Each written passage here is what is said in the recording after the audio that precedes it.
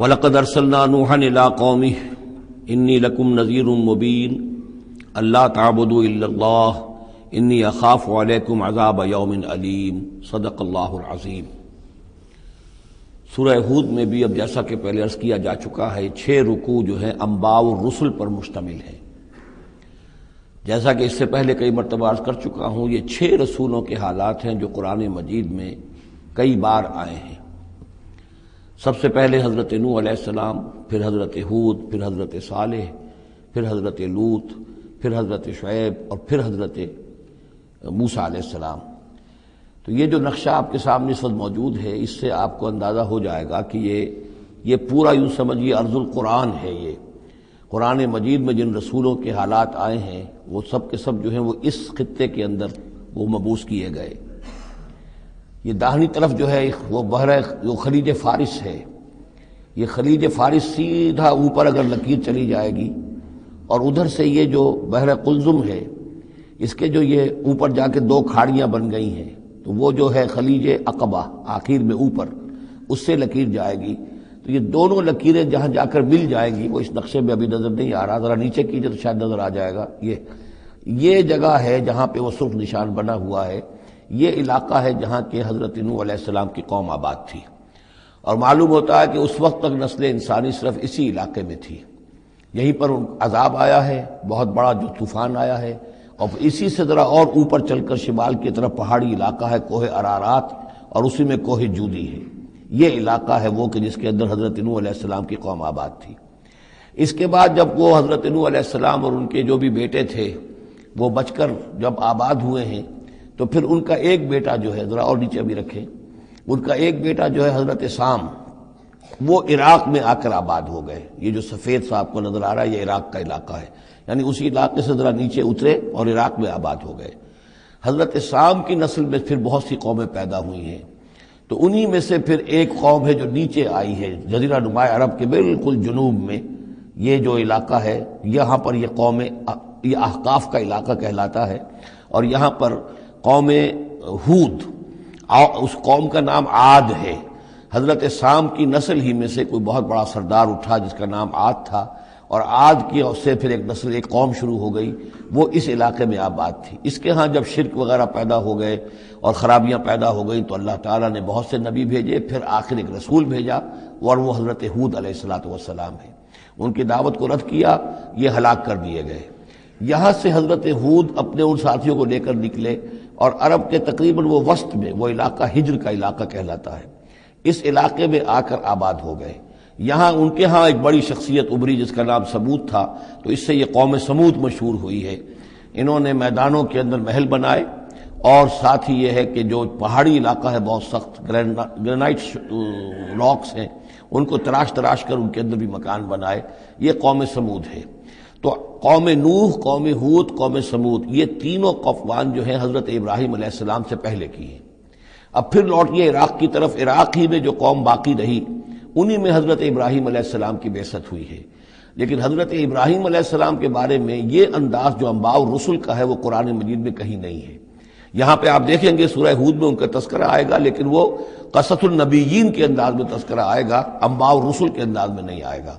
حضرت ابراہیم یہاں سے، اور یہاں سے پھر انہوں نے ہجرت کی عراق سے، اور شام چلے گئے، پورا صحرا کراس کر کے شام میں جا کر، اور وہاں سے پھر انہوں نے اپنے بیٹے کو اسحاق کو آباد کیا، وہ جو سرخ نشان نظر آ رہا ہے آپ کو، یہ فلسطین کا علاقہ ہے۔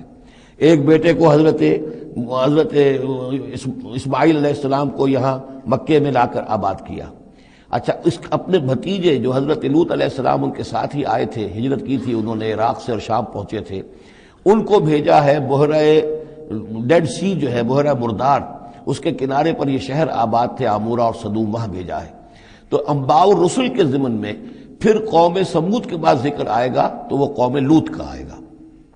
البتہ حضرت ابراہیم علیہ السلام ہی کی ایک تیسری بیوی قطورہ، ان کی اولاد میں سے مدین نام کے بھی ایک تھے، اور ان سے جو قوم چلی قوم مدین، وہ خلیج عقبہ کے داہنی طرف جو ہے مشرق میں، یہ یہاں آباد ہوئے۔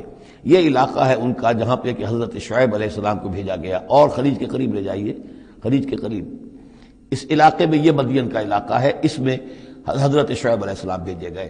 اب یہ جو سینائی پیننسولا ہے، اس کو نقشے کو ذرا ہٹائیے داہنی طرف، ادھر لے جا، ادھر داہنی طرف ہٹائیں، تو ادھر جو ہے مصر ہے، وہ دریائے نیل نظر آ رہا ہے۔ یہاں سے یوں جو ہے حضرت یوسف علیہ السلام، چونکہ اب سورہ ہود کے بعد سورہ یوسف بھی آ جائے گی، تو حضرت یوسف علیہ السلام کو جب کہ ان کے بھائیوں نے کنویں میں پھینکا ہے اور وہ پھر قافلہ ان کو لے گیا ہے مصر، اور وہ پھر ذریعہ بن گئے پوری اس قوم کے مصر میں آنے کا، تو یہاں پھر حضرت موسیٰ علیہ السلام کی بعثت ہوئی ہے مصر میں۔ تو کل یہ علاقہ ہے کہ جن میں وہ انبیاء اور رسل جو ہیں مبعوث ہوئے ہیں کہ جن کا ذکر اکثر و بیشتر قرآن میں آتا ہے۔ لیکن جیسا کہ میں نے عرض کیا تھا، اس کا یہ مطلب نہیں ہے کہ صرف یہی رسول اور نبی آئے ہیں، دنیا میں اور بھی بہت سے نبی اور رسول آئے، لیکن قرآن میں تذکرہ انہی کا کیا گیا ہے کہ جن کا تذکرہ ان لوگوں کی اپنی روایات میں موجود تھا، جن کے ناموں سے یہ واقف تھے، لہذا انہی کے حوالے سے قرآن تو کتاب ہدایت ہے۔ ویسے تو ایک رسول کے قصے میں بھی وہ ساری ہدایت موجود ہے، اور 6 رسولوں کے قصوں میں بھی وہ ہدایت موجود ہے۔ اس حوالے سے یہ کہ سارے رسولوں کی تاریخ بیان کرنا یہ قرآن مجید کا موضوع نہیں ہے۔ آئیے اب متن کی طرف چلیے۔ وَلَقَدْ أَرْسَلْنَا نُوحًا إِلَىٰ قَوْمِهِ، اور ہم نے بھیجا نوح کو اس کی قوم کی طرف۔ إِنِّي لَكُمْ نَذِيرٌ مُّبِينٌ، انہوں نے کہا میں تمہارے لیے کھلا خبردار کر دینے والا ہوں۔ اللہ تعبدوا الا اللہ، کہ مت پوجو اللہ کے سوا کسی کو۔ انی اخاف علیکم عذاب یوم علیم، مجھے اندیشہ ہے تم پر ایک بڑے دردناک دن کے عذاب کا۔ فقال الملأ الذین کفروا من قومہ، تو کہا اس کے قوم کے ان سرداروں نے جنہوں نے کفر کی روش اختیار کی، ما نراک الا بشرا مثلنا، ہم نہیں دیکھتے اے نوح آپ کو مگر اپنے ہی جیسا ایک انسان۔ آپ کہاں سے اللہ کے رسول بن گئے، کیسے رسول بن گئے، کیسے اللہ نے چن لیا؟ آپ تو ہمارے جیسے ایک انسان ہیں۔ وما نراک اتبعک الا الذین هم اراذلنا بادی الرائے، اور اس سے بھی آگے بڑھ کر ہم نہیں دیکھتے مگر یہ کہ آپ کی پیروی کرنے والے تو وہ لوگ ہیں جو ہماری نگاہوں میں ذلیل ہیں، کمینے ہیں، نچلے طبقے کے لوگ ہیں، گھٹیا لوگ ہیں، بادی الرائے، بلا تامل نظر آ رہا ہے کہ صرف کچھ کمی کاری لوگ آپ کے گرد جمع ہو گئے ہیں، کوئی معقول آدمی، کوئی سردار قوم کا کوئی آپ کے گرد آیا ہی نہیں۔ وما نرى لكم علينا من فضل، اور ہمیں کوئی نظر نہیں آتا کہ آپ پر کوئی ہمارے اوپر کوئی فضیلت آپ کو حاصل ہے، آپ کو اور آپ کے ساتھیوں کو، بل نظنکم کاذبین، بلکہ ہمارا گمان تو یہی ہے کہ آپ جھوٹ بول رہے ہیں۔ قال یا قوم ارأیتم ان كنت على بینۃ من ربی، اب یہ ذرا اس صورت کے اندر بار بار یہ الفاظ آئیں گے۔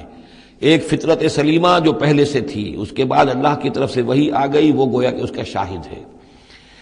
انہوں نے کہا اے میری قوم کے لوگوں ذرا غور کرو، اگر میں پہلے سے بھی اپنے رب کی طرف سے بینہ پر تھا، تم جانتے ہو میں نے زندگی تمہارے مابین گزاری تھی، تم بھی جانتے ہو کہ میں ایک شریف النفس انسان تھا، میرا کردار، میرا اخلاق تمہارے سامنے تھا، میں بینہ پر تھا، میری فطرت مس نہیں ہوئی تھی، سلیم تھی۔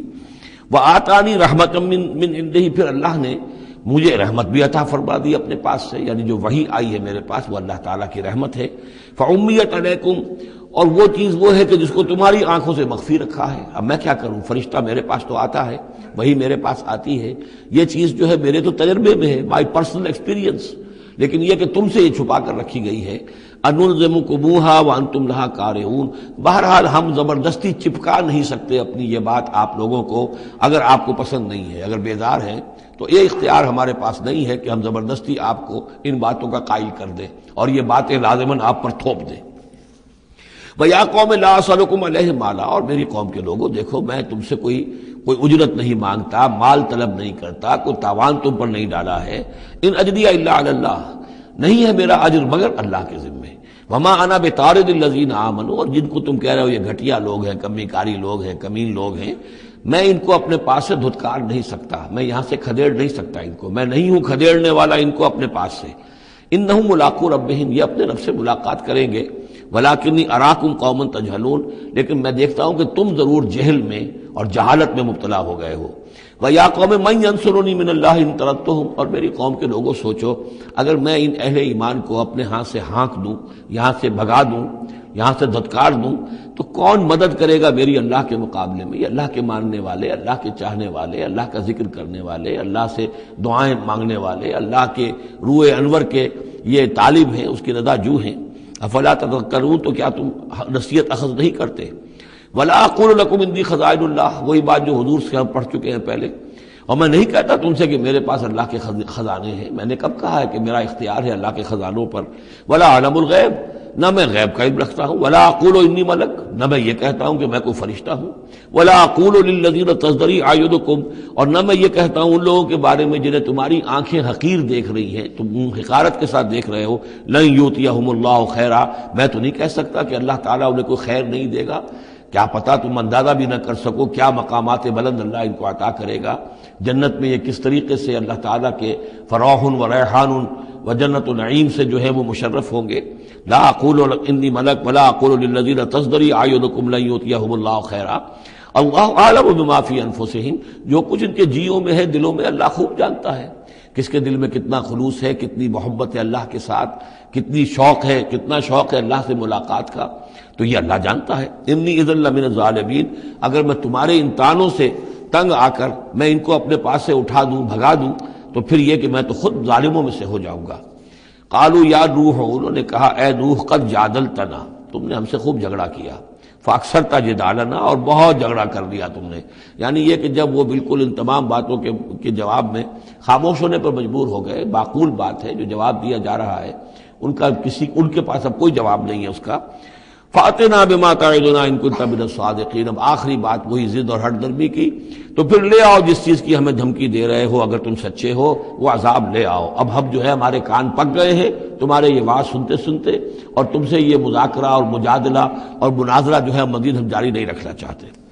قال انما یاتیکم بہ اللہ ان شاء، انہوں نے فرمایا کہ وہ تو اللہ لے آئے گا وہ عذاب تمہارے اوپر اگر وہ چاہے گا، انما یاتیکم بہ اللہ، وہ لائے گا تمہارے اوپر اللہ انشاء اگر وہ چاہے گا، وما انتم بمعجزین، اور پھر تم اس کو تھکا نہیں سکو گے بھاگ کر، یعنی تم اسے ہرا نہیں سکو گے، تم اس سے بچ کر بھاگ نہیں سکو گے۔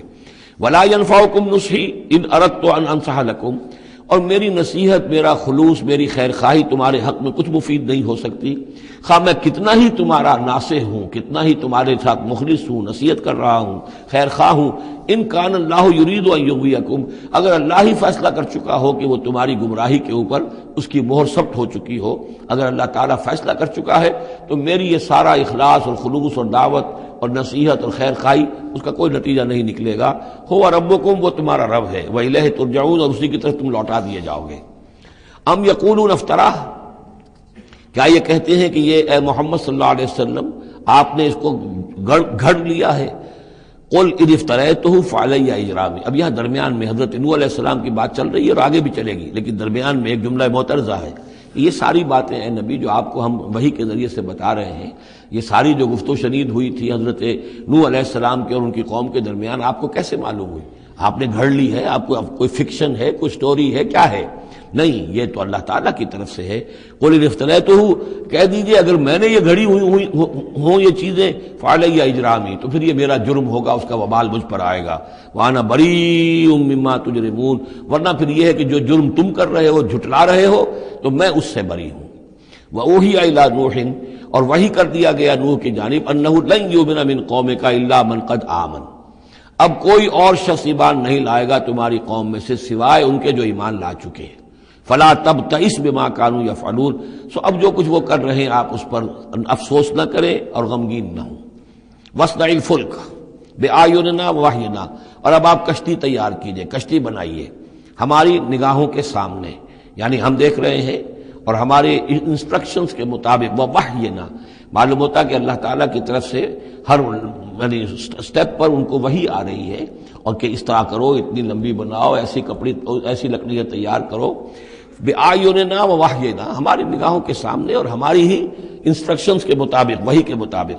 وَلَا تُخَاطِبْنِي فِي الَّذِينَ ظَلَمُوا، اب دیکھنا جو ظالم ہیں ان کے بارے میں مجھ سے خطاب نہ کرنا، مجھ سے دعا نہ کرنا، مجھ سے بات نہ کرنا کہ فلاں جو ہے یہ میرا عزیز ہے اور فلاں میرا رشتہ دار ہے۔ اب جو بھی ظالم ہے اس کے بارے میں تمہاری طرف سے کوئی نرم بات نہ آئے۔ انہم مغرقون، اب یہ سب کے سب غرق کیے جائیں گے۔ وَيَصْنَعُ الْفُلْكَ، اب وہ نقشہ دیکھیے آپ چشم تصور سے، خشکی پر بیٹھے ہوئے ہیں اور حضرت نوح علیہ السلام آس پاس سمندر کہیں ہے ہی نہیں اور وہ کشتی بنا رہے ہیں۔ وَيَصْنَعُ الْفُلْكَ، اور وہ بنا رہے کشتی۔ وَكُلَّمَا مَرَّ عَلَيْهِ مَلَأٌ مِّن قَوْمِهِ سَخِرُوا مِنْهُ، جب بھی ان کی قوم کے سردار ان کے پاس سے گزرتے تھے وہ مذاق اڑاتے تھے کہ معلوم ہوتا اب تک تو ہم سمجھتے تھے کہ بہرحال یہ کچھ شاید بات بنا رہا ہے، جھوٹ بول رہا ہے، کیا کر رہا ہے، اب تو معلوم ہوتا ہے بالکل ہی مت ماری گئی، اب کوئی جو ہے ہوش ٹھکانے نہیں رہے یہ۔ تو وہ ہنستے تھے. سخروا منہ قال ان تسخروا منا فإنا نسخر منکم کما تسخرون. حضرت نوح فرماتے تھے کہ تم اگر ہم سے اب اس تمسخر کر رہے ہو، مذاق اڑا رہے ہو، تو وہ وقت قریب آنے والا ہے کہ ہم تمہارا مذاق اڑائیں گے جیسے کہ تم مذاق اڑا رہے ہو ہمارا. فسوف تعلمون من یاتیہ عذاب یخزیہ، تو تم عنقریب جان لوگے کہ کون ہے وہ جن پر کہ عذاب آتا ہے جو ان کو رسوا کر دے گا. ویحل علیہ عذاب مقیم، اور اس پر اترے گا وہ عذاب کے جو قائم رہنے والا ہے اور دائمی ہے.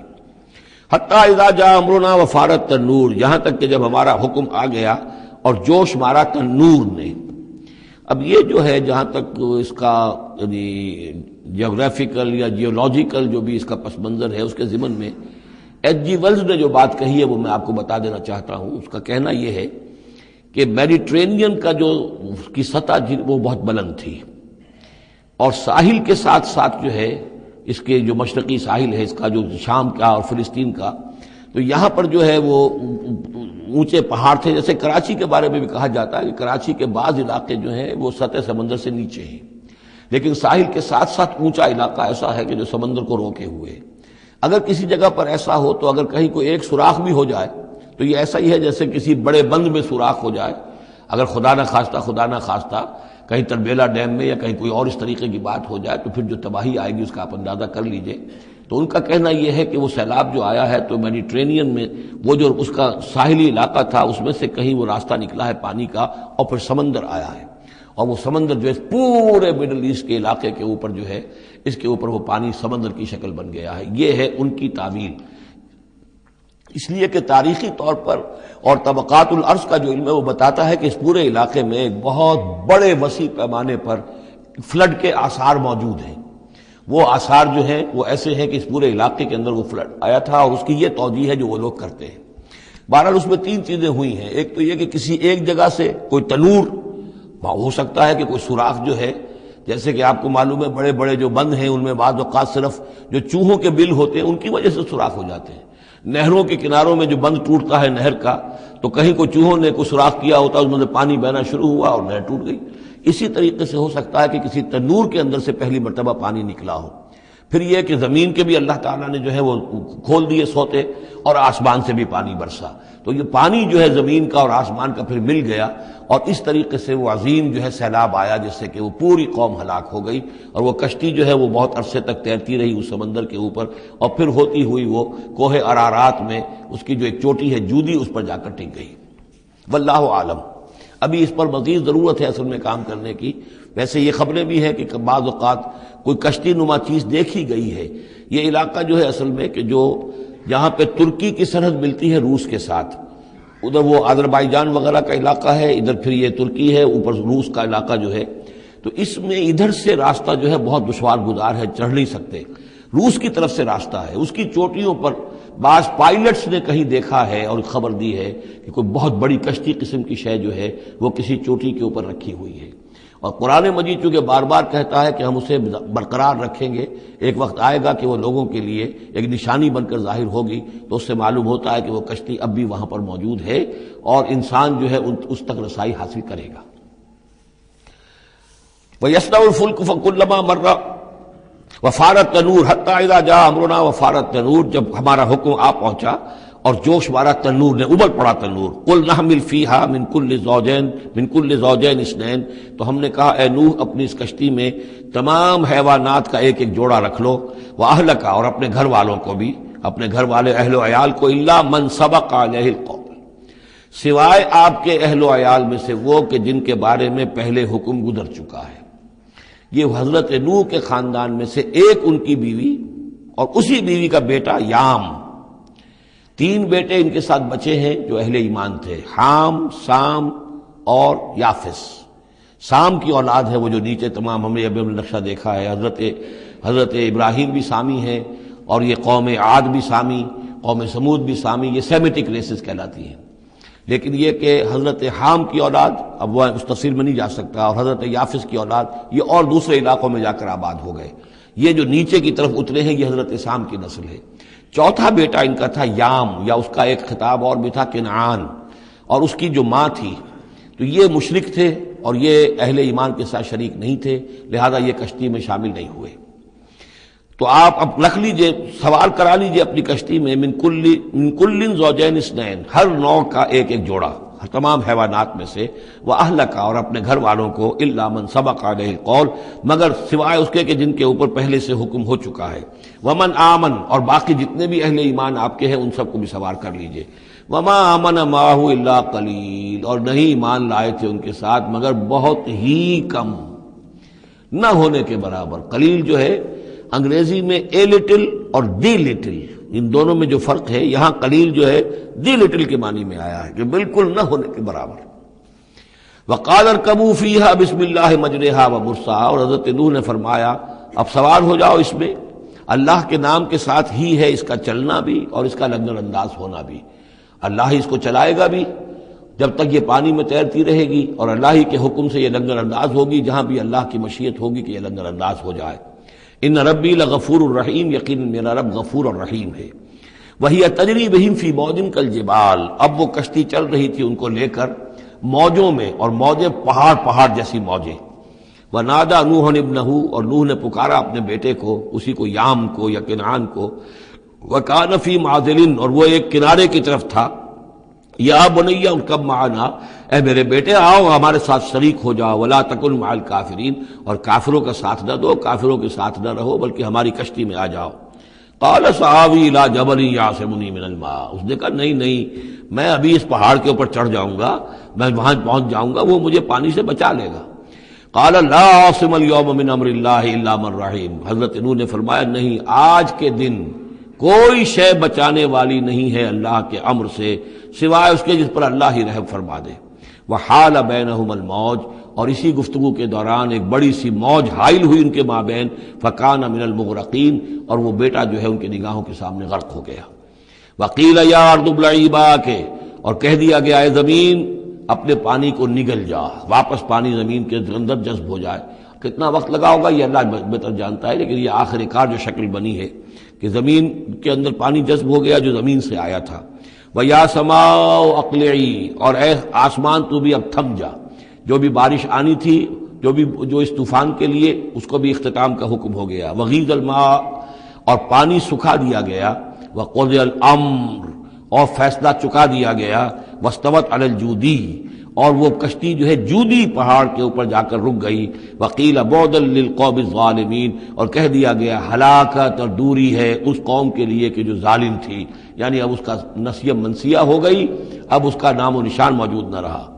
وَنَادَى نُوحٌ رَبَّهُ، اور پکارا نوح نے اپنے رب کو، فقال رب ان ابنی من اہلی، انہوں نے کہا پروردگار میرا بیٹا میرے اہل میں سے تھا، اور تیرا وعدہ تھا میرے اہل کو بچا لے گا۔ وَإِنَّ وَعْدَكَ الْحَقُّ، اور تیرا وعدہ سچا ہے۔ وَأَنْتَ أَحْكَمُ الْحَاكِمِينَ، اور یقیناً تو تمام حاکموں میں سب سے بڑا اور سب سے منصف اور سب سے عادل حاکم ہے۔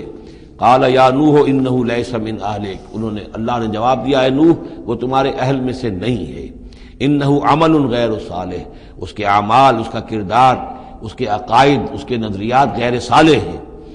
فلا تسألن ما لیس لک بہ علم، تو اب مجھ سے ان چیزوں کے بارے میں سوال نہ کرو جس کے لیے تمہارے پاس کوئی علم نہیں ہے۔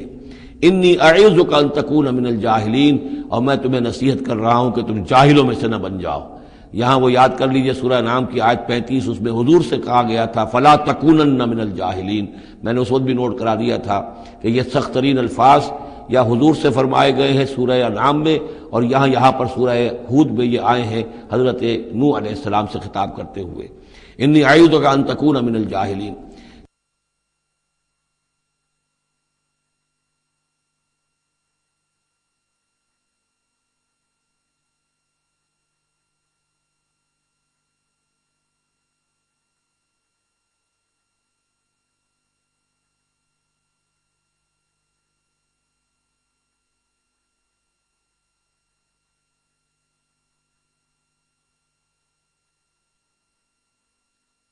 سنت اس کو تسلیم نہیں کرتے، اس کی وجہ یہ ہے کہ جو قاعدہ دیا گیا ہے سورہ نور میں وہ یہ ہے کہ اللہ تعالیٰ صالح لوگوں کے لیے بیویاں بھی دیکھ دیتا ہے، اور جو خبیثات للخبیثین والخبیثون للخبیثات والطیبین والطیبات للطیبین والطیبین للطیبات، تو یہ چیزیں جو ہے اس کے چونکہ خلاف جاتا ہے، اس لیے یہ کہ صرف مشرک ہونے کی حد تک کہ یہ مشرک تھے باپ ماں بیٹا، اس لیے جو کٹے رہے تو اسی پر اہل سنت کا اجماع ہے۔ قال رب انی اعوذ بک ان اسألک ما لیس لی بہ علم، حضرت نوح نے عرض کیا پروردگار میں تیری پناہ طلب کرتا ہوں اس سے کہ میں تجھ سے ایسی بات کا سوال کروں جس کے لیے کہ میرے پاس کوئی علم نہیں ہے، وَإِلَّا تَغْفِرْ لِي وَتَرْحَمْنِي، اور اگر تو نے مجھے معاف نہ فرما دیا اور رحم نہ فرمایا، اکم من الخاسرین، تو میں تو ہو جاؤں گا خسارہ پانے والوں میں۔ قیل یا نوح اہبط بسلام منا وبرکات علیک، ہم نے کہا نوح اب اترو، اس کشتی سے اترو، بسلام منا، ہماری طرف سے سلامتی کے ساتھ، وبرکات، اور برکتوں کے ساتھ، علیکا، جو تم پر بھی ہوں گی، وعلی امم ممن معک، اور ان امتوں پر بھی ہماری یہ برکات ہوں گی کہ جو ان لوگوں کے ساتھ، جو ان کی نسل سے وجود میں آئیں گی جو تمہارے ساتھ ہیں۔ تو گویا کہ نسل انسانی بعد میں عام خیال یہی ہے کہ حضرت نوح علیہ السلام کے 3 بیٹوں ہی سے چلی ہے، باقی اگر کچھ لوگ تھے بھی ان کے ساتھ تو وہ ایسے تھے کہ جن کی کوئی نسل آگے نہیں چلی ہے، بلکہ یہ دنیا کی جو نسلیں اس وقت دنیا میں ہیں نوع انسانی، وہ یہ حضرت یافس، حضرت حام اور حضرت سام کی نسل ہی سے ہیں۔ یہ خیال ہے، واللہ عالم، یقین کے ساتھ نہیں کہا جا سکتا، ویسے میرا اپنا رجحان بھی اسی طرف ہے۔ حضرت یافس کی اولاد جو ہے وہ یہ جو پہاڑی علاقہ ہے، جیسا کہ ابھی آپ نے نقشے میں دیکھا تھا، اس سے اوپر جو ہے یہ سینٹرل ایشیا کے پہاڑ ہیں، اس پہاڑ کو کراس کیا انہوں نے، اور وہ جو پھر میدانی علاقہ ہے روس کا، اور اس کی طرف سے ہوتے ہوتے وہ صحرائے گوبی سے ہوتے ہوئے چین کا، تو حضرت یافس کی اولاد ادھر پھیل گئی ہے، یورپ سے لے کر اور چائنا تک، یہ سب یافس کی نسل ہے۔ حضرت حام کی اولاد مشرق اور مغرب میں چلی گئی، اسی پہاڑی سلسلے کے دامن میں ہوتی ہوئی، ایک شاخ ان کی ایران ہوتے ہوئے بھارت چلی گئی، انڈیا چلی گئی، سندھ اور ہند، اور ایک شاخ جو ہے سینائی پیننسولا کراس کر کے یہ سوڈان اور مصر چلی گئی۔ یہ ہے حضرت حام کی نسل میں سے۔ یہ عام طور پر جو ہمارے پرانے ماہرین انساب ہیں ان کا کہنا یہ ہے۔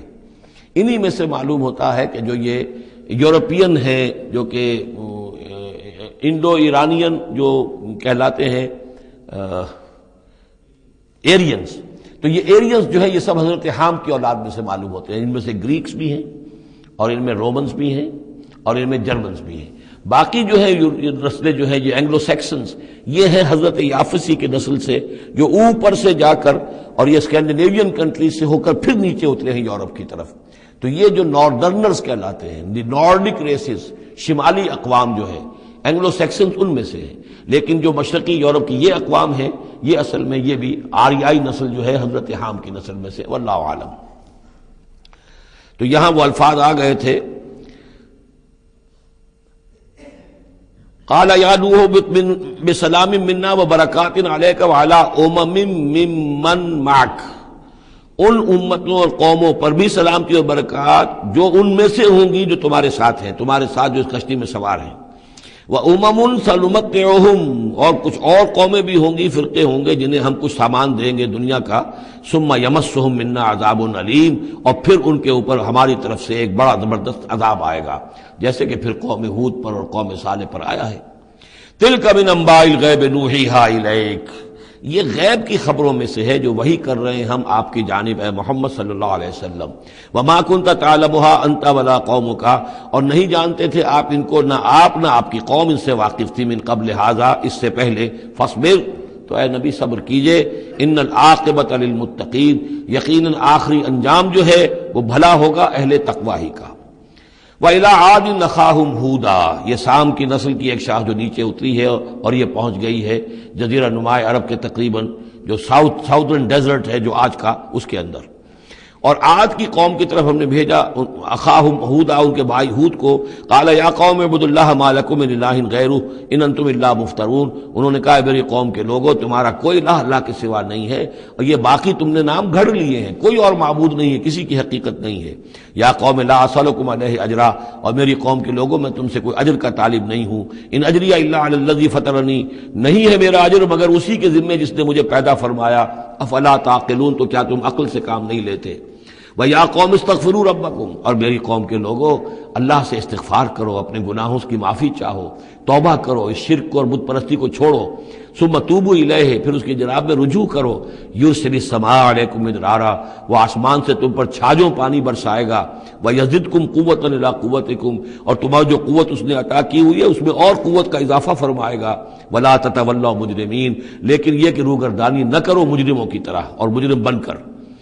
قالوا یا ہود ما جئتنا ببینہ، انہوں نے کہا کہ اے ہود دیکھو تم کوئی ہمارے پاس سند لے کر نہیں آئے، کوئی معجزہ لے کر نہیں آئے، وما نحن بتارکی آلہتنا عن قولک، اور ہم نہیں ہیں اپنے معبودوں کو چھوڑنے والے صرف تمہارے کہنے سے، وما نحن لک بمؤمنین، اور ہم نہیں ہیں تمہاری بات ماننے والے، ان نقول الا اعتراک بعض آلہتنا بسوء، ہم تو یہی کہتے ہیں، اس کے سوا اور کچھ نہیں ہمارا خیال، کہ ہمارے بعض معبودوں کی جو تم نے کوئی گستاخی کی ہے، ان کی نفی کی ہے، تو ان کی طرف سے تمہیں کوئی تکلیف پہنچ گئی ہے، یعنی تمہارا دماغی توازن ٹھیک نہیں رہا ہے، کوئی آسیب تمہیں ہو گیا ہے، تم پر پھٹکار پڑی ہے ہمارے بعض معبودوں کی۔ قال انی اشہد اللہ واشہدوا، حضرت ہود نے فرمایا دیکھو میں اللہ کو گواہ کر کے کہہ رہا ہوں اور تم بھی گواہ رہو، انی بریء مما تشرکون، کہ جن کو تم شریک ٹھہرا رہے ہو میں ان سے بری ہوں، بیزار ہوں، میرا ان سے کوئی تعلق نہیں۔ وہی بات جو حضرت ابراہیم نے فرمائی تھی کہ مجھے ان کا کوئی خوف نہیں، من دونہ ہی، اس کے سوا تم جو شرک کر رہے ہو، فکیدونی جمیعا، تو تم سب کے سب مل کر میرے خلاف جو چاہو کارروائی کر لو، کیدونی، جو چالیں چلنی چاہے چل لو، ثم لا تنظرون، مجھے کوئی مہلت نہ دو، انی توکلت علی اللہ ربی و ربکم، میں نے تو توکل کیا ہے اپنے رب پر، اللہ پر جو میرا بھی رب ہے اور تمہارا بھی رب ہے، ما من دابۃ الا هو آخذ بناصیتها، نہیں ہے کوئی بھی جاندار مگر یہ کہ اس کی پیشانی جو ہے اللہ ہی کے ہاتھ میں ہے۔ وہ دعا جو میں نے آپ کو سنائی تھی اس میں حضور کے الفاظ بھی یہ ہیں، وَنَاصِيَتِي بِيَدِكَ، اللہم انی عبدک وابن عبدک وابن امتک فی قبضتک ناصیتی بیدک ماض فی حکمک عدل فی قضاؤک۔ هو آخذ بناصیتها، ہر جاندار کی پیشانی اللہ کے ہاتھ میں، یعنی اس کی قسمت، اس کی تقدیر، اسے کیا ملنا ہے، اس کے ساتھ کیا ہونا، یہ سب اللہ کے ہاتھ میں ہے۔ ان ربی علی صراط مستقیم، یقیناً میرا رب تو سیدھی راہ پر ملے گا، سیدھی توحید کی راہ پر جاؤ گے تو رب کے قریب پہنچو گے۔ میرا رب جو ہے وہ عدل و انصاف کے راستے سے اور صراط مستقیم ہی سے اس تک رسائی حاصل ہو سکتی ہے۔ فَإِن تَوَلَّوْا فَقَدْ أَبْلَغْتُكُم مَّا أُرْسِلْتُ بِهِ إِلَيْكُمْ، پھر اگر تم پیٹھ موڑ لو، منہ پھیرو، انکار کرو، تو میں نے پہنچا دیا ہے تمہیں وہ پیغام جو مجھے دے کر بھیجا گیا تھا، مَا أُرْسِلْتُ بِهِ إِلَيْكُمْ۔ وَيَسْتَخْلِفُ رَبِّي قَوْمًا غَيْرَكُمْ، پھر میرا رب جو ہے تمہیں تباہ کرے گا، ختم کرے گا اور تمہاری جگہ کسی اور قوم کو لے آئے گا۔ وَلَا تَضُرُّونَهُ شَيْئًا، اور تم اس کا کچھ بگاڑ نہیں سکو گے۔ ان ربی علی کل شیء حفیظ، یقیناً میرا رب جو ہے ہر چیز کا نگہبان ہے۔ وَلَمَّا جَاءَ أَمْرُنَا، جب ہمارا حکم آ گیا، عذاب کا فیصلہ، نجینا ہودا والذین آمنوا معہ، ہم نے نجات دے دی، بچا لیا ہود کو اور ان کو جو اس کے ساتھ ایمان لائے تھے، برحمت منا، اپنی رحمت سے، ونجیناہم من عذاب غلیظ، اور ہم نے انہیں بچا لیا ایک بہت ہی گاڑھے اور بھاری عذاب سے۔ وتلک عاد جحدوا بآیات ربہم، یہ تھے عاد، یہ تھی قوم، بڑی زبردست قوم، انہوں نے انکار کیا اپنے رب کی آیات کا، وعصوا رسولہ، اور انہوں نے نافرمانی کی اپنے رسولوں کی۔ یہ رسولوں سے مراد کیا ہے؟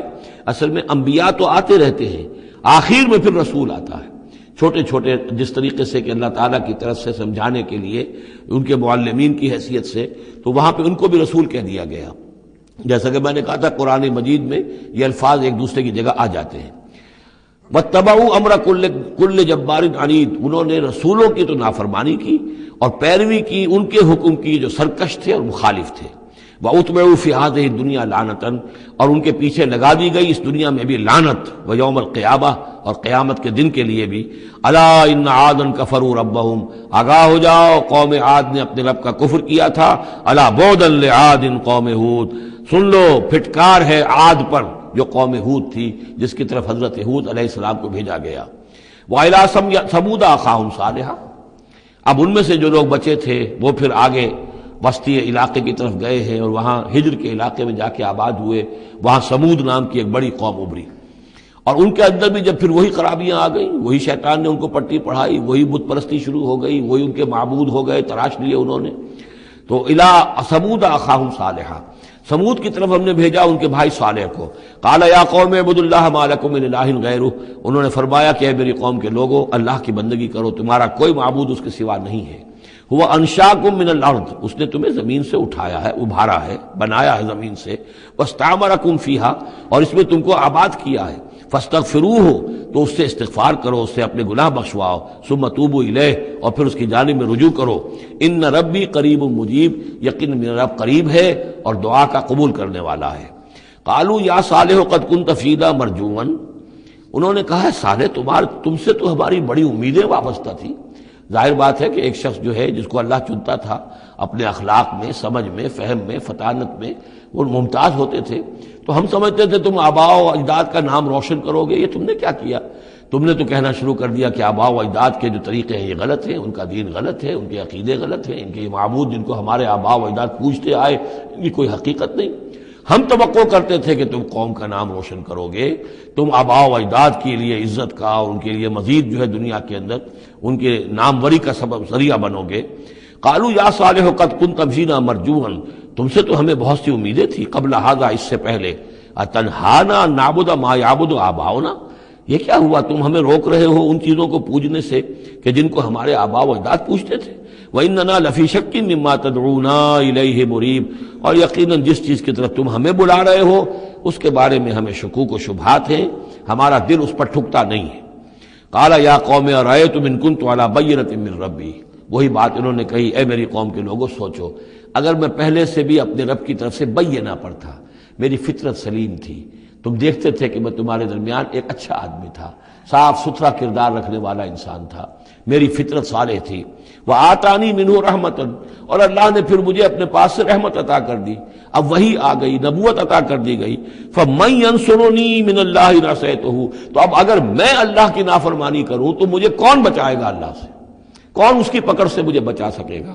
فما تزیدوننی غیر تقصیر، تو تم تو اضافہ نہیں کرو گے میرے لیے مگر خسارے کے اندر.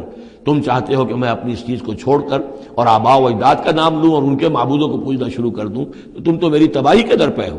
وَيَا قَوْمِ هَٰذِهِ نَاقَةُ اللَّهِ لَكُمْ آیَةٌ، اور دیکھو میری قوم کے لوگوں یہ اللہ کی اونٹنی ہے، تمہارے لیے ایک نشانی ہے.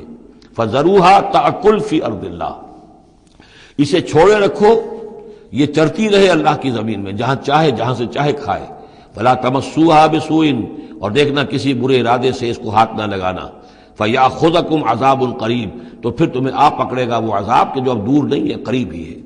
فَعَقَرُوهَا، تو انہوں نے اس کی کونچیں کاٹ ڈالی، اس کو ہلاک کر دیا.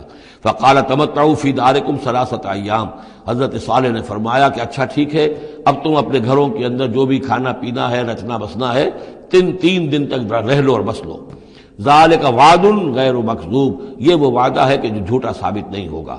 فَلَمَّا جَاءَ أَمْرُنَا، تو جب ہمارا وہ فیصلہ آ گیا، ہماری بات آ گئی، ہمارا حکم پہنچ گیا، نجینا صالحا والذین آمنوا معہ، ہم نے نجات دی صالح کو بھی اور ان لوگوں کو جو ان کے ساتھ ایمان لائے تھے، برحمت منا، اپنی خاص رحمت سے. ومن خزی یومئذ، اور اس دن کی رسوائی سے اللہ ہم نے انہیں بچا لیا. ان ربک هو القوی العزیز، یقیناً آپ کا پروردگار زور والا ہے، زبردست ہے. وَأَخَذَ الَّذِينَ ظَلَمُوا الصَّيْحَةُ، اور ان ظالموں کو، مشرکوں کو، کافروں کو پکڑ لیا ایک ہولناک آواز نے، ایک چنگھاڑ آئی. فَأَصْبَحُوا فِي دِيَارِهِمْ جَاثِمِينَ، تو وہ اپنے گھروں کے اندر اوندھے پڑے رہ گئے.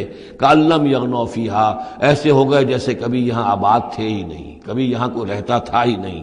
أَلَا إِنَّ ثَمُودَ كَفَرُوا رَبَّهُمْ، آگاہ ہو جاؤ، سمود نے اپنے رب کا کفر کیا. أَلَا بُعْدًا لِّثَمُودَ، آگاہ ہو جاؤ، پھٹکار ہے سمود پر. وَلَقَدْ جَاءَتْ رُسُلُنَا بِإِبْرَاهِيمَ بِالْبُشْرَىٰ، اب یہاں حضرت ابراہیم کا ذکر آ رہا ہے. میں نے کہا تھا کہ 3 رسول پری ابراہمک، نوح، ہود، صالح.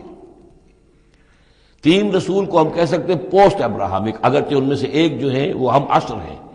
حضرت لوط حضرت ابراہیم علیہ السلام ہی کے بھتیجے ہیں، انہی پر ایمان لائے تھے، ان کے ساتھ ہی انہوں نے ہجرت کی تھی. پھر ان کے بعد شعیب، وہ بھی حضرت نوح حضرت ابراہیم کی نسل سے ہیں. پھر جو بھی بنی اسرائیل تھے ان میں موسیٰ بھیجے گئے، وہ بھی حضرت ابراہیم کی نسل سے ہیں. آخری رسول محمد صلی اللہ علیہ وسلم وہ بھی ابراہیم کی نسل سے ہیں. لیکن یہ کہ ان میں سے 3 کا ذکر کرنے کے بعد اب ابراہیم کا ذکر ہو رہا ہے. یہاں سورہ انعام میں وہاں جو پہلا جوڑا تھا حضرت ابراہیم کا ذکر جو ہے وہ اس انباء رسل میں سے بالکل نکال کر لے گئے تھے اور وہ قصص النبیین کے انداز میں سورہ انعام میں آ گیا تھا۔ یہاں اس جوڑے میں فرق یہ ہے کہ حضرت ابراہیم کا ذکر بھی یہاں شامل کر دیا گیا، لیکن فرق وہی ہے، یہ وہ انباء رسل کا نہیں، حضرت نوح، حضرت ہود، حضرت صالح، حضرت لوط، حضرت شعیب کے انداز میں ذکر نہیں ہے، بلکہ ایک انداز ہے کہ حضرت لوط علیہ السلام جن شہروں کی طرف بھیجے گئے تھے اور اس کی وہاں پہ بسنے والوں نے ان کی بات ماننے سے انکار کیا، تو جو عذاب الہی لے کر جو فرشتے آئے تھے جنہیں بھیجا گیا تھا، وہ پہلے آئے حضرت ابراہیم کے ہاں، اور وہاں حضرت اسحاق کی ولادت کی انہوں نے خوشخبری دی حضرت سارہ کو۔ بس یہ ایک واقعہ بیان کیا درمیان میں، ورنہ اصل مسئلہ جو ہے وہ حضرت لوط کا شروع ہوگا۔ انباء الرسل کے اعتبار سے جو معاملہ ہے وہ حضرت لوط کا واقعہ ہے۔ وَلَقَدْ جَاءَتْ رُسُلُنَا إِبْرَاهِيمَ بِالْبُشْرَىٰ، اور ہمارے فرشتادے، ہمارے ایلچی فرشتے ہمارے بھیجے ہوئے آئے ابراہیم کے پاس بشارت دینے کے لیے۔ قالوا سلاما، انہوں نے آ کر کہا سلام۔ قال سلام، حضرت ابراہیم نے بھی سلام کا جواب سلام سے دیا۔ فما لبث ان جاء بعجل حنیذ، تو پھر ذرا بھی دیر نہ کی، فوراً گئے اور ایک تلا ہوا بچڑا ان کی ضیافت کے لیے لا کر سامنے رکھ دیا۔ فلما رأى أيديهم لا تصل إليه، تو جب انہوں نے دیکھا کہ ان کا تو ہاتھ آگے بڑھ ہی نہیں رہا اس بچڑے کا گوشت کھانے کے لیے، آمادہ ہی نہیں ہے، نکرہم، تو اب وہ کچھ کھٹکے دل میں کہ یہ ہے کون۔ اس زمانے میں رواج یہ ہوتا تھا کہ دشمن جب آتے تھے کسی کو قتل کرنے کے لیے تو اس کا نمک نہیں چکھتے تھے، نمک خار ہو جائیں گے تو پھر کیسے قتل کریں گے۔ تو ایک تو اندیشہ یہ ہوا کہ یہ کسی برے ارادے سے آئے ہیں جو میری یہ ضیافت قبول نہیں کر رہے۔ نکرہم واوجس منہم خیفہ، اور ان کے دل میں، حضرت ابراہیم کے دل میں ان کی طرف سے ایک خوف پیدا ہو گیا۔ قالوا لا تخف، انہوں نے کہا نہیں آپ ڈریے نہیں، انا ارسلنا الی قوم لوط، اصل میں تو اللہ کے ہم فرشتے ہیں، بھیجے گئے ہیں قوم لوط کی طرف، اب وہ آخری فیصلہ اس کا جو ہے وہ ہمیں چکانا ہے۔ وامرأتہ قائمۃ فضحکت، ادھر کہیں حضرت سارہ بھی پیچھے کہیں کھڑی ہوئی ہوں گی پردے کے پیچھے، وہ اس پر ہنس پڑی۔ مطلب یہ کہ حضرت ابراہیم کی جو حالت انہوں نے دیکھی کہ میرا شوہر خوفزدہ ہو گیا تھا، تو اس کے اوپر کچھ ان کا معاملہ ہوا، فضحکت، وہ ہنسی۔ فبشرناہا باسحاق، تو ہم نے انہیں بشارت دی اسحاق کی، یعنی فرشتوں نے ان کو بشارت دی اسحاق کی۔ حضرت اسماعیل کی ولادت ہو چکی ہے، لیکن حضرت اسماعیل کو تو حضرت ابراہیم جا کر چھوڑ آئے ہیں اور وہ تو مکے میں آباد ہیں۔ حضرت سارہ کی اولاد ہوئی نہیں تھی، اصل جو خاندانی بیوی تھی ان کی وہ تو حضرت سارہ تھی۔ حضرت ہاجرہ جو ہیں وہ تو بادشاہ مصر نے ان کی خدمت میں ان کو پیش کیا تھا، اسی لیے ان کو لونڈی بھی کہہ دیتے ہیں، یہ حالانکہ وہ شہزادی تھی، وہ بادشاہ کے ہاں شاہی خاندان کی خاتون تھی ہاجرہ سلام علیہا، لیکن یہ کہ یہ یہودی کہتے ہیں کہ وہ تو لونڈی تھی، کنیز تھی۔ تو چونکہ اولاد نہیں ہوئی تھی حضرت سارہ کے ہاں، تو حضرت سارہ ہی نے کہہ کر پھر حضرت ابراہیم سے کہا تھا کہ آپ تعلق قائم کریں ہاجرہ سے، شاید اللہ تعالیٰ آپ کو ہاجرہ سے اولاد دے دے۔ لیکن جب وہ اولاد ہو گئی حضرت اسماعیل، تو پھر وہ جو عورت کی ایک فطرت ہے اور مزاج ہے، تو ان کے لیے کھلنے لگی یہ بات کہ مجھے اللہ نے اولاد نہیں دی۔ اب ظاہر بات ہے کہ حضرت ابراہیم کی توجہ زیادہ ہو گئی ہوگی حضرت ہاجرہ کی طرف، اپنے بیٹے کی طرف، تو پھر وہ ذریعہ بن گیا کہ انہوں نے کہا کہ انہیں چھوڑ کر آؤ، اور اللہ کے حکم سے حضرت ابراہیم نے حضرت ہاجرہ کو اور حضرت اسماعیل کو وہاں بیت اللہ کے پاس، یا بیت اللہ جہاں بعد میں تعمیر ہونا تھا اس کی صرف بنیادیں اس وقت تھیں لیکن کوئی نشان اور نہیں تھا، وہاں چھوڑ دیا۔ اب یہاں جو ہے اولاد ہو رہی ہے، ان کی بشارت دی جا رہی ہے، تو حضرت اسحاق چھوٹے ہیں حضرت اسماعیل سے۔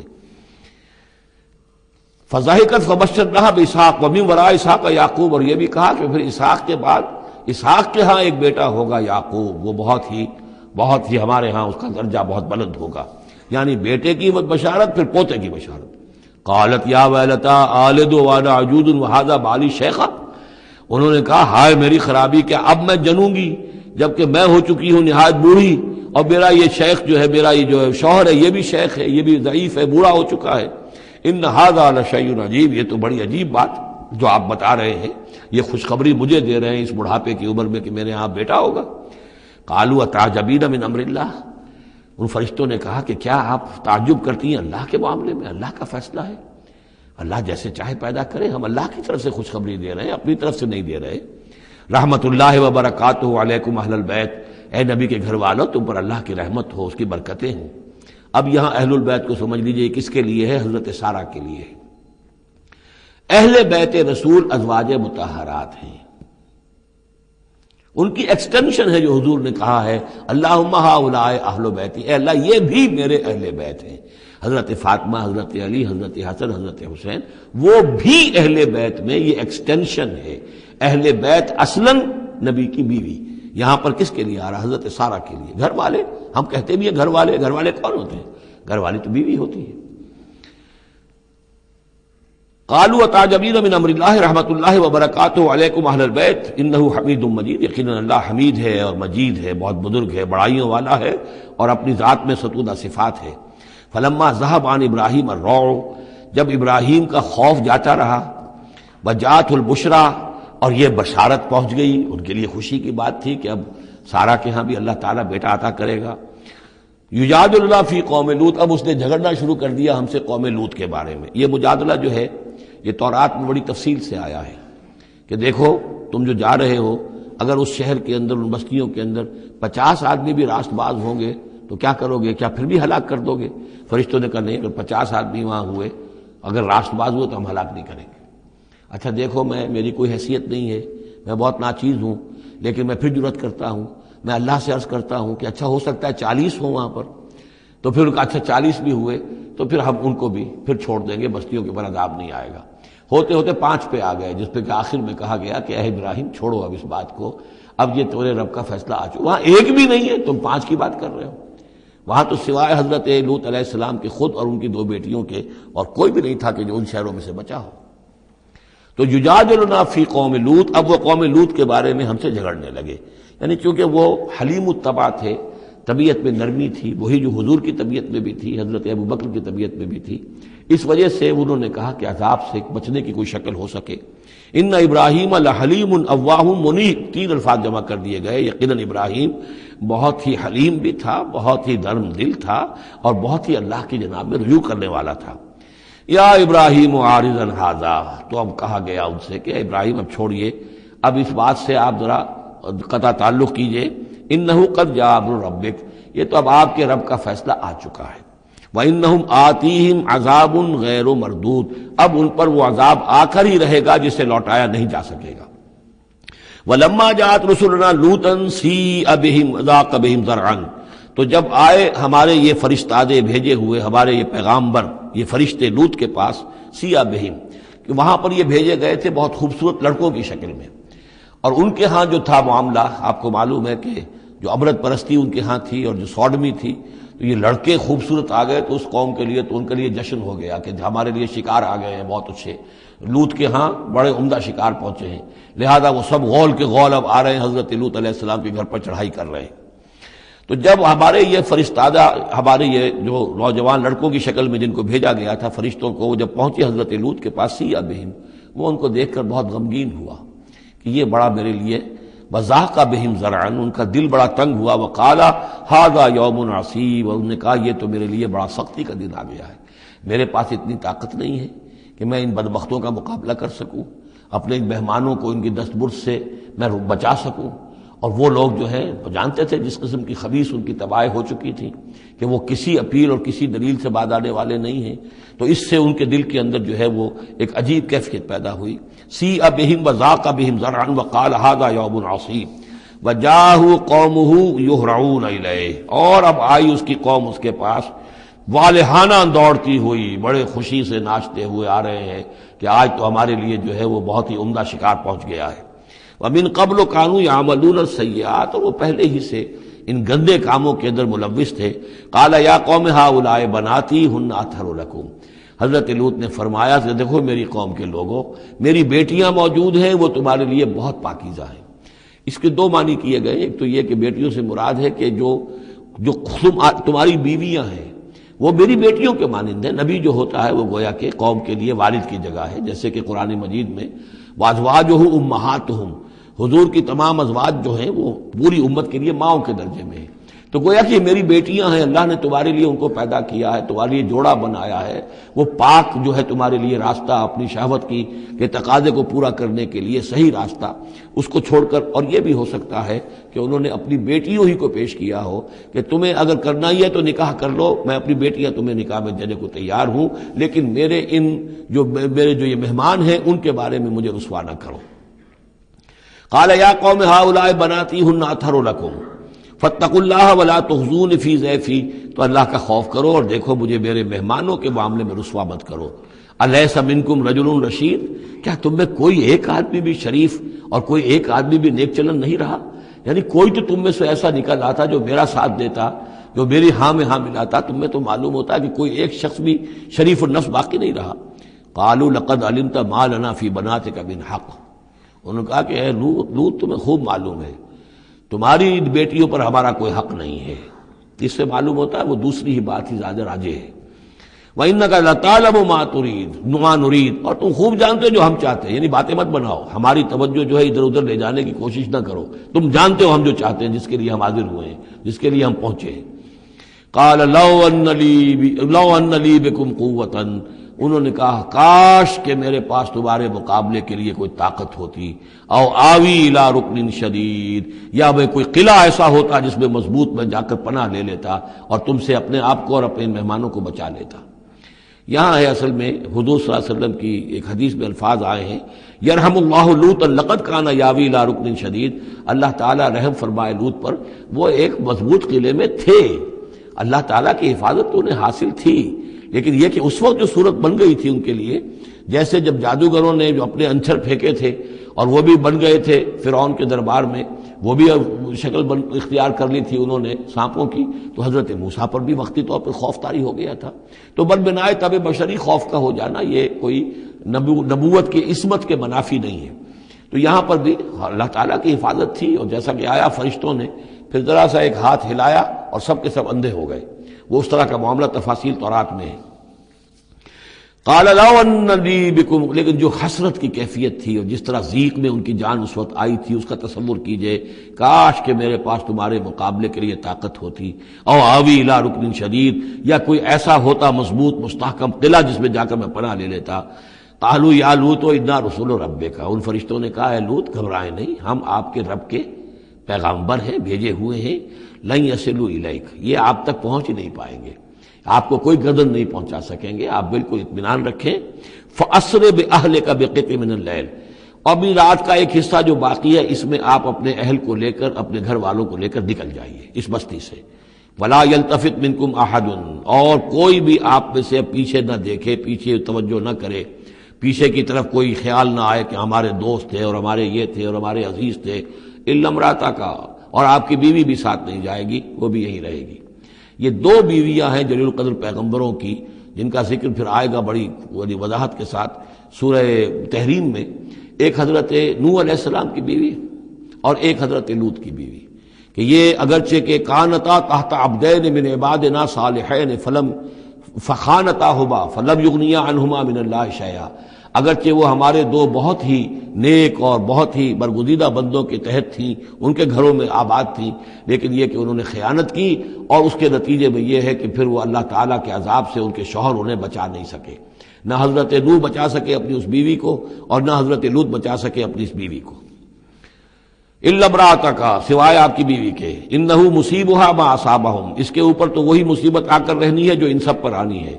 ان موعدہم الصبح، اور دیکھیے ان کے وعدے کا وقت صبح کا ہے، صبح کو وہ عذاب آ جائے گا۔ الیس صبح بقریب، کیا صبح قریب نہیں ہے؟ یعنی اب جلدی کیجئے، اب آپ فوری طور پر یہاں سے اپنی بچیوں کو لے کر نکل جائیے۔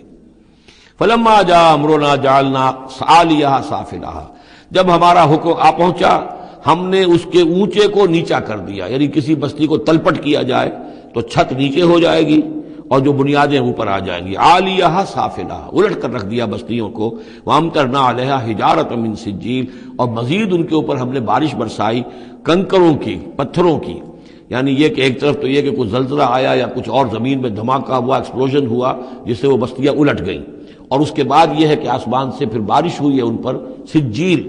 یہ سجیل اصل میں فارسی کا لفظ ہے سنگ گل، سنگ گل یعنی یہ کہ مٹی جو ہے اگر کسی صحرا کے اندر تھوڑی سی پھوار پڑے اور زیادہ تیز بارش نہ ہو تو وہ ہر قطرے کے ساتھ تھوڑی سی مٹی مل کر وہ ایک چھوٹا سا دانہ بنتا ہے، اور وہ پھر دھوپ جب پڑتی ہے تو وہ پھر پک جاتا ہے، جیسے کہ کہیں آپ اینٹیں پکاتے ہیں اپنے ان کے اندر بھٹیوں کے اندر، یہ پھر کہلاتی ہے سنگ گل، یعنی یہ پتھر تو ہے لیکن یہ پتھر نہیں ہے، یہ مٹی کے بنے ہوئے پتھر ہیں، کنکر ہیں، ان کنکروں کی بارش ہوئی جس کے اندر کہ اس کو بالکل دفن کر دیا گیا ان دونوں شہروں کو. منضود تہ بر تہ وہ جو بارش ہو رہی تھی کنکروں کی تہ بر تہ. مسومۃ عند ربک اور وہ نشان زد تھے تیرے رب کی طرف سے، یعنی ہر ایک کے لیے معلوم تھا کہ کس کو کون سا پتھر لگنا ہے اور کون سا جو شخص ہے اس کی ہلاکت کس کے ذریعے سے ہونی ہے. وما ہی من الظالمین ببعید اور یہ ان ظالموں سے کوئی زیادہ دور نہیں ہے، یعنی جو مشرکین مکہ ہیں، جو قریش ہیں اور عرب کے جو مشرک ہیں، ان سے یہ بستیاں کوئی دور تو نہیں ہیں، اس لیے کہ یہ جب جاتے تھے فلسطین کی طرف اپنے قافلے لے کر تو یہاں سے گزرتے تھے. قوم سمود کا مسکن بھی ان کے راستے میں آتے تھے، قوم مدین کا علاقہ بھی ان کے راستے میں آتا تھا، پھر یہ عمورہ اور صدوم کی بستیوں کے جو ہے یہ بھی کچھ ان کے جو آثار باقی رہ گئے تھے وہ بھی آتے تھے. وَإِلَىٰ مَدْيَنَ أَخَاهُمْ شُعَيْبًا اور مدین کی طرف ہم نے بھیجا ان کے بھائی شعیب کو. میں بتا چکا ہوں یہ بنی قطورہ میں سے ہے مدین، اور پھر ان سے جو ایک قوم بڑی بنی وہ آ کر خلیج عقبہ کے داہنی طرف جو ہے یہ علاقے کے اندر آباد ہو گئی. اور یہ انٹرسیکشن ہے، روڈز کا کراس روڈ ہے. قافلے جو جنوب سے شمال کو جاتے تھے یمن سے شام کو اور شام سے یمن کو وہ گزرتے تھے شمالاً جنوباً، اور قافلے جو عراق سے آتے تھے اور مصر کو جاتے تھے وہ گزرتے تھے شرقاً غرباً. اس طریقے سے یہ جو ہے انٹرسیکشن تھا ان قافلوں کا.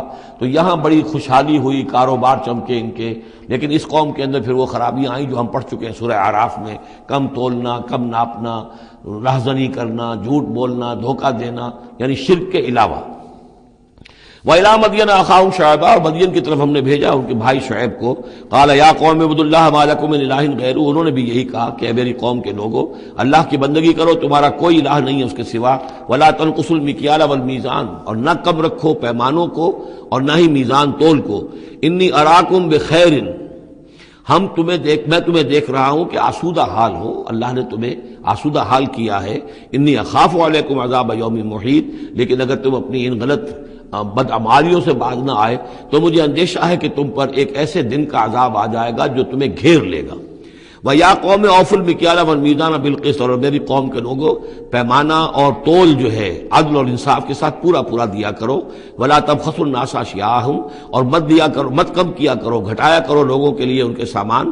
وَلَا تَعْثَوْا فِي الْأَرْضِ مُفْسِدِينَ اور نہ ہی زمین میں فساد مچاتے پھرو. بقیت اللہ خیر لکم جو بھی اللہ کی طرف سے بچت ہو جائے، صحیح تولو، صحیح ناپو، پھر جو بچ جائے تو گویا کہ وہ اللہ تعالیٰ کی طرف سے تمہیں ایک نفع ہے جو اللہ نے دیا ہے. تو جو بھی صحیح تجارت کرتے ہوئے بچت ہو جائے، نفع ہو جائے، وہ بقیت اللہ ہے. بقیت اللہ خیر لکم ان کنتم مؤمنین اگر تم مومن ہو، اگر مانتے ہو میری بات کو، ماننے والے ہو تو وہ تمہارے لیے بہتر ہے.